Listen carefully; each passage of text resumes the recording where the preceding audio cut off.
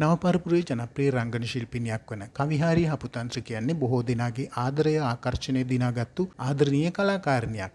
ටික කාලයක් කලාවෙන් ඈත්ව සිටි අය මේ වන විට නැවතත් කලාවට අවතීර්ණ වෙලා ඉන්නවා.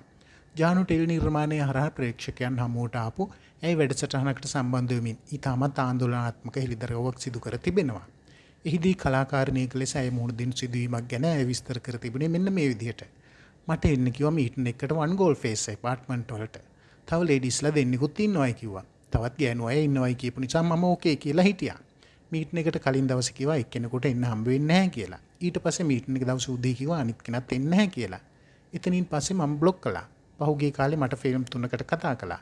ඒ කතා කරපු ඩිරෙක්ටර්ස්ලා 3 දෙනා මට රැට වීඩියෝ කෝල් ගන්නවා. මං කියන්නේ මේ වගේ දේවල් තියෙනවා. Taman දැනගන්න ඕනේ මේ වගේ දේවල් වලින් වැළකීලා ඉන්න.